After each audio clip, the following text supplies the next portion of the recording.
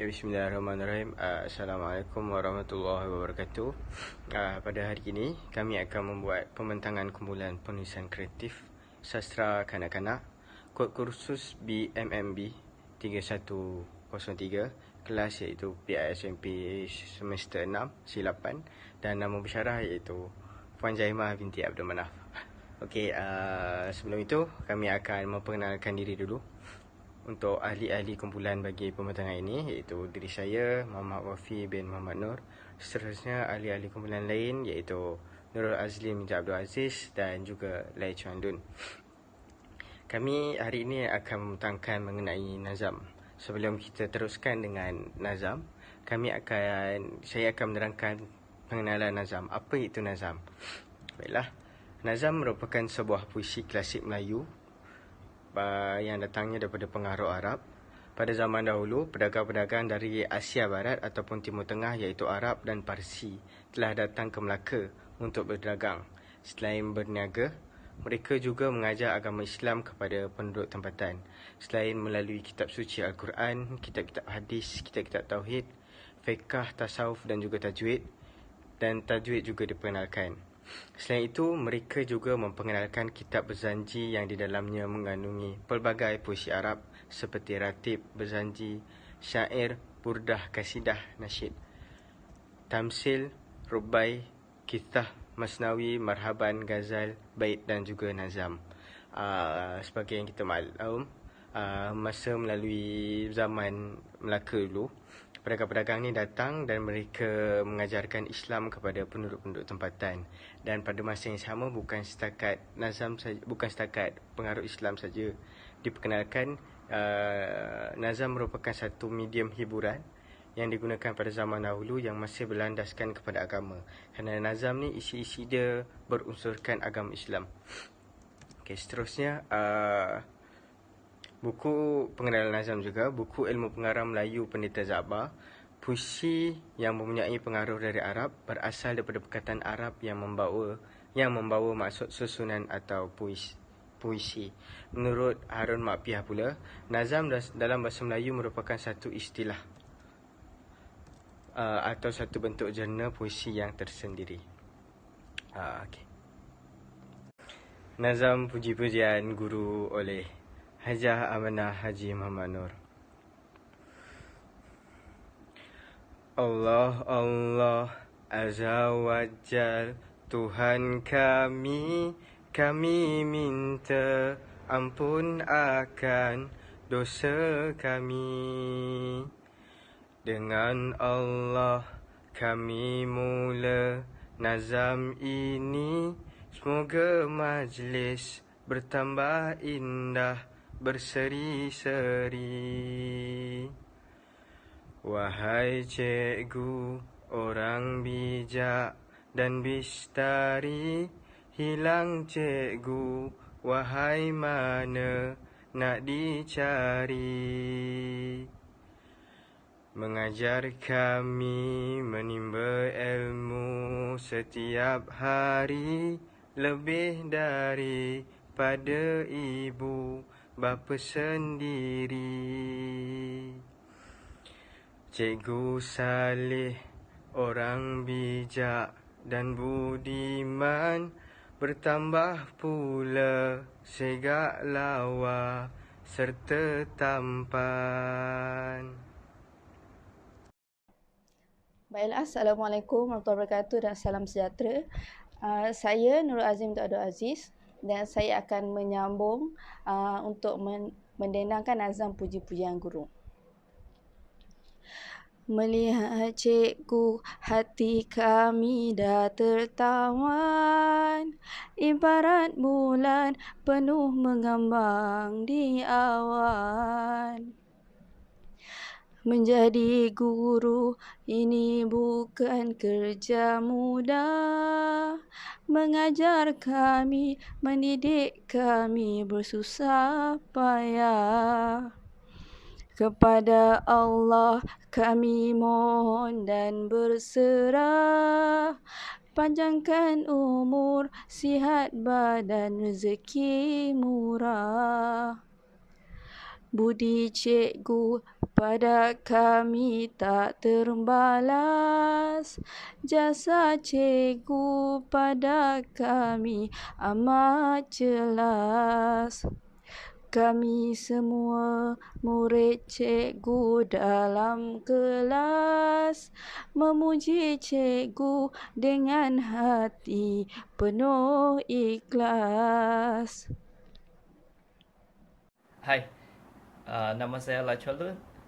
Saya bersama ahli kumpulan saya iaitu Wafi dengan Aslin akan membentangkan nazam. Jadi saya akan menyanyikan bahagian saya. 1, 2, 3. Pulau menintih,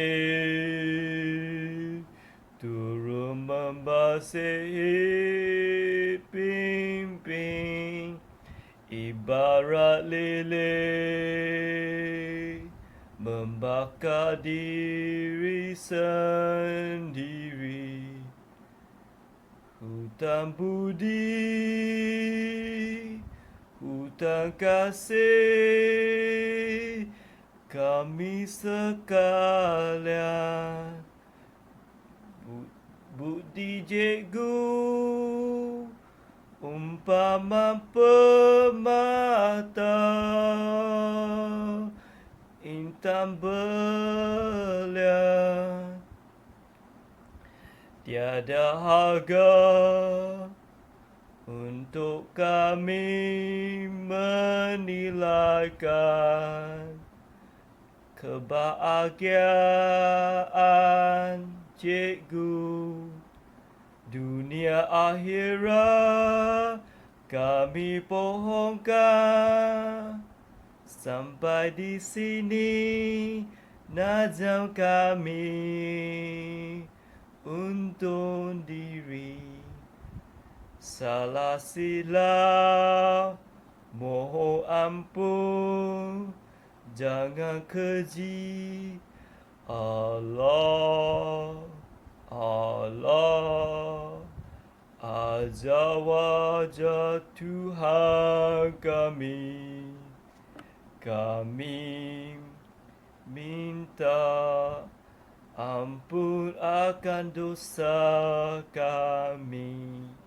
Okey, baiklah, saya akan teruskan dengan bahagian seterusnya, iaitu saya akan menerangkan mengenai nilai intrinsik. Okey, terdapat 6 unsur-unsur intrinsik dalam penghasilan karya. Pertama iaitu tema, persoalan, bentuk, gaya bahasa, nilai dan pengajaran dan juga ciri-ciri. Baiklah, kita teruskan lagi. Okey, saya akan menerangkan ciri-ciri nazam. Dimulakan dengan memuji nama Allah SWT, bertemakan pendidikan, terdiri daripada 2 baris serangkap. Tiap-tiap sebaris secara umumnya mempunyai 5 hingga 6 perkataan. Jumlah suku kata antara 10 hingga 12. Ciri-ciri inilah yang kita boleh lihat dalam nazam. Semua nazam akan menggunakan ciri-ciri ini, dan daripada ciri-ciri ini kita boleh menilai sesuatu karya itu apa bentuknya, adakah ia nazam, syair ataupun sajak ataupun sebagainya. Dan melalui ciri-ciri ini kita boleh mengenal nazam. Okey, seterusnya tema bagi nazam yang kami telah bentangkan iaitu tema penghargaan buat guru. Nazam ini dikarang bagi menzahirkan rasa terima kasih buat pendidik atas segala pengorbanan yang telah diberikan. Melalui nazam yang telah kami bentangkan, kami telah menunjuk tema bagi nazam tersebut iaitu penghargaan buat guru. Seterusnya, persoalan yang wujud dalam nazam tersebut ialah yang pertama, persoalan menghargai jasa seorang guru, dan persoalan yang kedua iaitu persoalan pengorbanan seorang guru. Okey. Baiklah, Assalamualaikum warahmatullahi wabarakatuh dan salam sejahtera. Saya Nurul Azim binti Abdul Aziz dan saya akan menyambung pembentangan yang dilakukan oleh ahli kumpulan saya sebentar tadi, Muhammad Wafi. Dan saya akan menyentuh tentang nilai intrinsik pada bentuk nazam.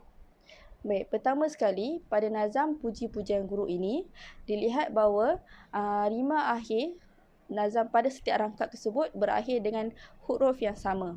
Sebagai contoh, pada rangkap yang pertama, Allah Allah Azza wa Jal Tuhan kami minta mohon ampun akan dosa kami.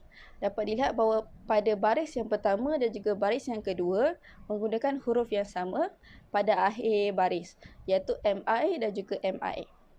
Seterusnya, bentuk ini juga terdiri daripada 15 rangkap pantun. Setiap rangkap terdiri daripada 2 baris dan setiap baris pula mempunyai 5 hingga 6 patah perkataan. Baik, seterusnya saya akan membentangkan tentang gaya bahasa yang terdapat pada nazam. Gaya bahasa yang pertama iaitu asonasi. Asonasi ialah pengulangan vokal dan yang dilihat pada nazam ini adalah pengulangan vokal huruf A. Sebagai contoh, kami minta ampun akan dosa kami. Seterusnya adalah gaya bahasa aliterasi iaitu pengulangan konsonan M.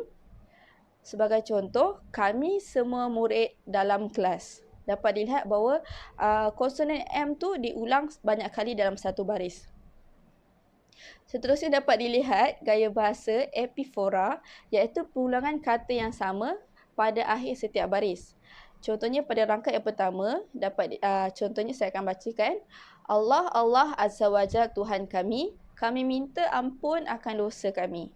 Dapat dilihat pada setiap baris tu, dalam satu rangkap tu, pada setiap baris menggunakan perkataan yang sama, iaitu perkataan kami. Gaya bahasa yang terakhir ialah jenis bahasa yang digunakan, iaitu jenis bahasa Arab, di mana penulis ini memasukkan elemen bahasa Arab dalam nazam tersebut. Sebagai contoh, Allah Allah Azza wa Jal. Seterusnya, saya akan menyentuh tentang nilai dan pengajaran. Nilai yang terdapat pada nazam ini ialah pengorbanan, di mana kita hendaklah berkorban demi mendidik anak bangsa. Sebagai contoh dapat dilihat pada nazam ini, pada rangkap yang ke-11 dan juga ke-12, saya akan bacakan. Penat cikgu mengasuh kami tak terperi, mengajar kami tanpa jemu setiap hari. Peluh menitik turun membasahi pipi, ibarat lilin membakar diri sendiri. Dapat dilihat bahawa dalam nazam ini, penulis telah menggambarkan pengorbanan guru yang sangat banyak. Dan diibaratkan guru ini seperti lilin membakar diri sendiri. Jadi, kita sebagai pendidik ataupun bakal pendidik mestilah berkorban apa sahaja, berkorban sebaik mungkin untuk kita mendidik anak bangsa. Sebab untuk mendidik ni bukanlah satu perkara yang mudah. Dan tanpa pengorbanan, kita tidak akan dapat hasil yang terbaik. Seterusnya adalah nilai. Seterusnya adalah nilai menghargai, iaitu kita perlu menghargai jasa warga pendidik. Jelas dilihat pada nazam ini bahawa penulis sangat-sangat menghargai jasa pendidik. Dan dapat dilihat dengan jelas pada rangkap yang ke-9 dan juga ke-10, iaitu budi cikgu pada kami tak terbalas, jasa cikgu pada kami amat jelas. Kami semua murid cikgu dalam kelas, memuji cikgu dengan hati penuh ikhlas. Kita tidak kisahlah kalau kita pelajar ataupun kita guru, sesiapa saja yang pernah menyampaikan ilmu kepada kita, kita pula sentiasa menghargai. Kerana ilmu itu sangat besar dan bernilai dan bukan mudah untuk kita mendapat sesuatu ilmu itu. Jadi kita perlu menghargai. Seterusnya adalah kasih sayang. Kita perlulah mengasihi anak murid sebagaimana kita mengasihi diri kita sendiri. Sebagai contoh, pada rangkap yang keempat dapat dilihat, iaitu mengajar kami menimba ilmu setiap hari lebih daripada ibu bapa sendiri. Sebagai contoh, dapat dilihat bahawa guru-guru kita ataupun kita sendiri sebagai guru pendidik mestilah mengasihi anak murid sebagaimana anak murid itu anak kita sendiri. Sebab apa? Sebab dengan mengasihi mereka, kita dapat mengeratkan lagi hubungan. Jadi ilmu yang nak disampaikan itu lebih mudah. Seterusnya, nilai yang seterusnya adalah hormat menghormati dan juga keikhlasan.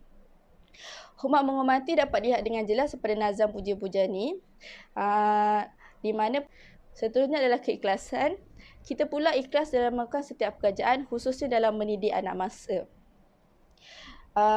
Keikhlasan ni penting bagi seorang kerana kalau kita tidak ikhlas, maka satu pekerjaan nak dilakukan itu menjadi sukar. Dengan ikhlas juga kita dapat memudahkan kita punya hal-hal yang lain.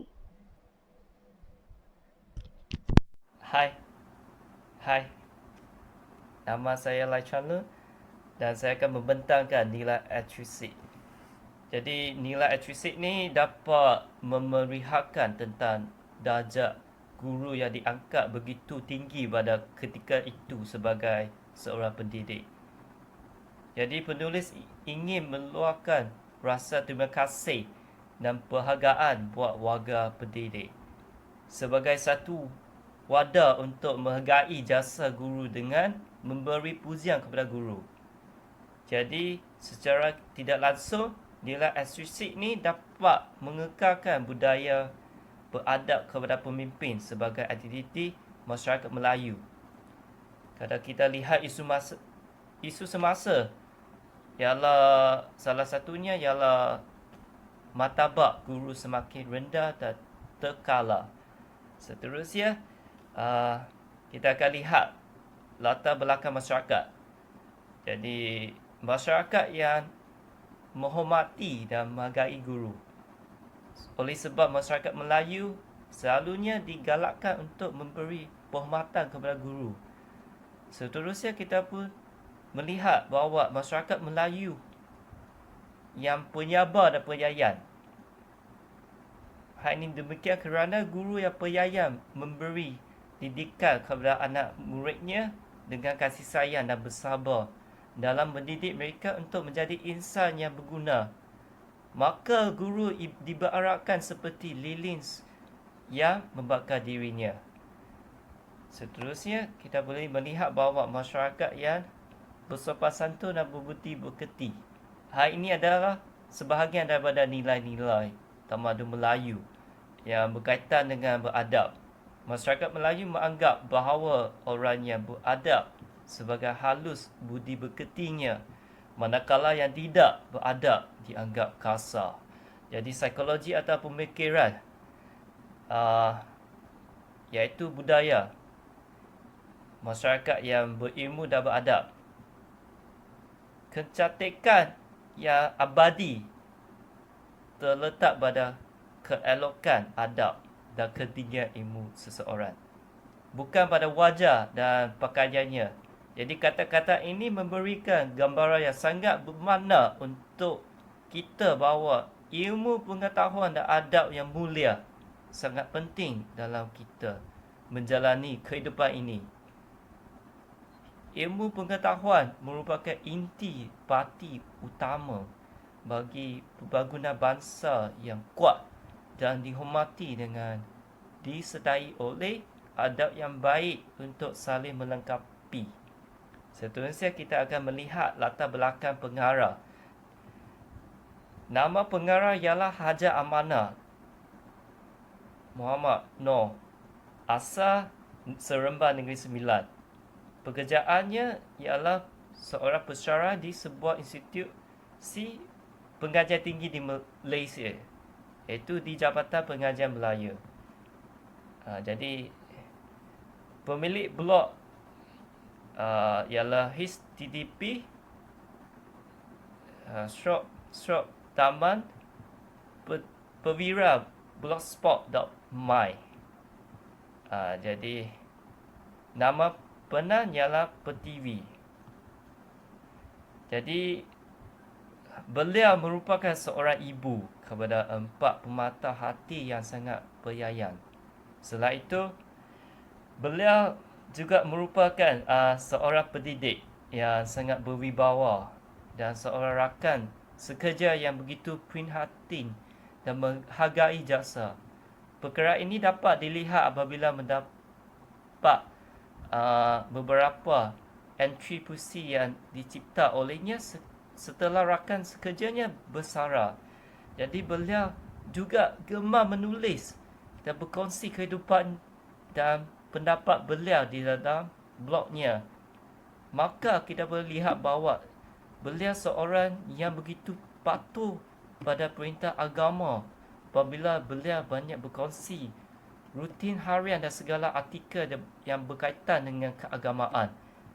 Jadi kebawakan entry-nya juga memuatkan cerita mengenai pendidik dan rasa kecintaan terhadap menjadi seorang pendidik. Jadi saya ingat mengucapkan terima kasih Dan kepada ahli kumpulan saya dan juga pusara Puan Jaima. Terima kasih.